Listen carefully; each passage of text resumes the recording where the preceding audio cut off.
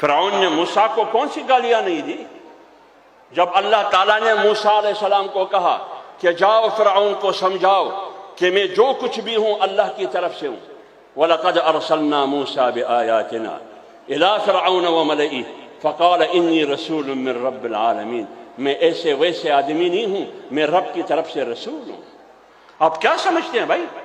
میں رب کی طرف سے رسول ہوں۔ اذهب إِلَىٰ فِرْعَوْنَ إِنَّهُ طَغَىٰ، اللہ تعالیٰ نے موسیٰ علیہ السلام کو حکم دیا جاؤ فرعون کے پاس، انہو طغیٰ۔ طغیٰ کا مطلب کیا؟ غلامی کی تعبیر کر رہے ہیں اللہ تعالیٰ طغیان سے۔ فرعون کی کوشش یہ ہے کہ قوم کو غلام بنا دے۔ جاؤ قوم کو آزاد کرو، قوم کو آزاد کرو فرعون کی غلامی سے۔ لہٰذا اصل محور کیا تھا موسیٰ علیہ السلام کا؟ دعوت کی بنیاد کیا تھی؟